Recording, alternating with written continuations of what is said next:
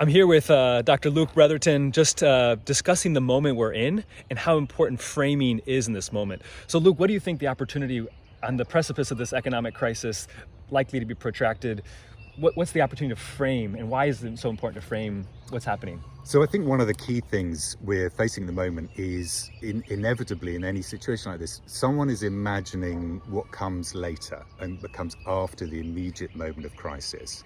And we're already seeing that in who's going to be bailed out, who's going to be, how kind of government resources are going to be distributed, and then how this is often framed as either the level of market-based response, and do we need to prop up large-scale corporations and concentrate you're going to renew their ability to act, or is it going to be creation of more state-led programs?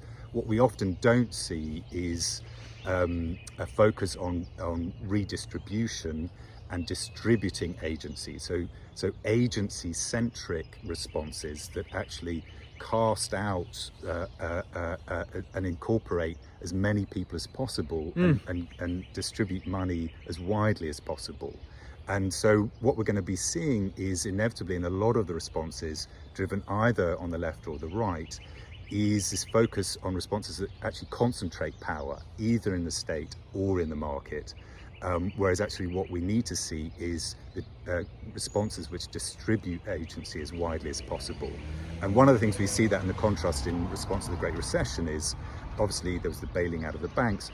There wasn't actually the relief of mortgage relief, and we could have actually paid off a huge swathe of people's mortgages, and that would have distributed economic benefits as widely as possible. Instead, we concentrated that, and it was the same old elites which benefited. So I think what we're seeing in any crisis, and the great example of this is in 1944, I think it was, the beginnings of the Bretton Woods process, when in the midst of the war, they were still in the crisis moment, they got all the leaders together, and Churchill and others, and they were reimagining the kind of new world order, whatever we think of that world order, but the whole financial apparatus, the institutional apparatus that governed the post-1945 world was set up before they'd even won the war, before they even knew they were going to win the war.